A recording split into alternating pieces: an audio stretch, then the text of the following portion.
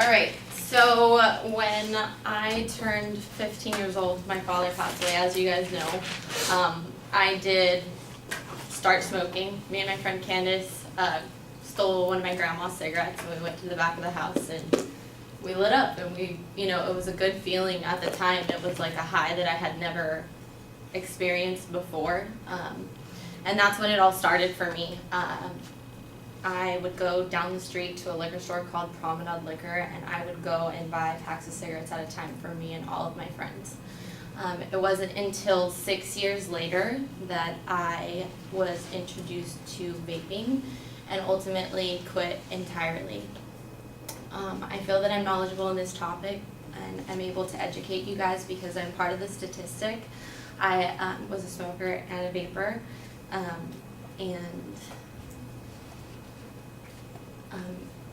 and listening to me, you guys will be able to gain knowledge about the proposition, and will be able to further educate yourselves on how to vote. First, I'm going to be discussing the $1.4 billion in taxes that are going to be generated in revenue through the sales of tobacco yearly. Second, I'm going to be discussing how the alternative will no longer be available due to these tax increases. And third, I'm going to be discussing the impacts it'll have on us as well as future generations. So first, I'm going to be talking to you guys about the $1.4 billion in taxes that this is going to generate yearly, and that breakdown. 82% is said to go to a healthcare fund, with 13% going towards educating students and helping prevent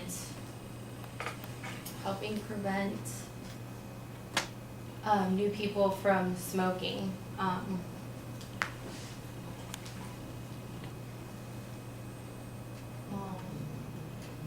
There's going to be a $2 increase in taxes per pack of cigarettes, as well as a 67% increase on the alternative.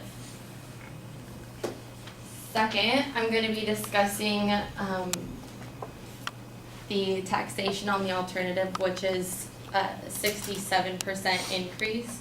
This is not only for products that help people quit smoking, but it is also including those products that do not contain any nicotine but are also being pushed under the umbrella of tobacco. The difference here, just to educate you a tiny bit, this here is cigarettes. I'm sure that many of you guys have smoked them before. This contains 70,000 chemicals in one cigarette. Vaping products have 3. Propylene glycol, vegetable glycerin, and nicotine is optional. Now, vegetable glycerin, propylene glycol are both included in things that you guys use every day. Soap, shampoo, a lot of different biodegradable products. And they're being put under the same umbrella.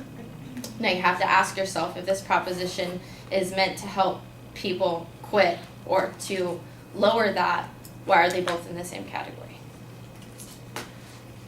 Lastly, I'm going to be discussing the impacts that this will have on all of you guys and future generations. I know that you probably have a mother, father, sister, somebody that is trying to either quit smoking or is smoking currently. I do believe that it's necessary to tax these products.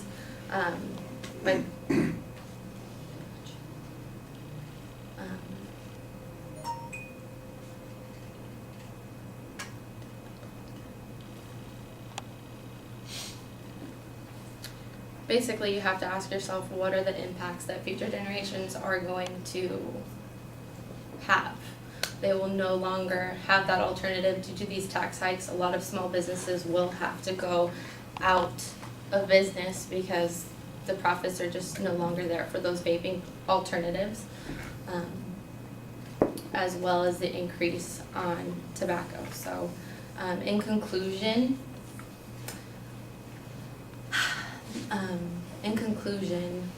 basically, it's a catch-22. You have to ask yourself, you know, what are the benefits, what are not the benefits, how can we all grow from this? I've talked to you guys about the 1.4 billion in taxes that are gonna be generated by this proposition. I've talked to you guys about how the alternative will no longer be available. And lastly, I talked to you guys about the impacts of this proposition in our society.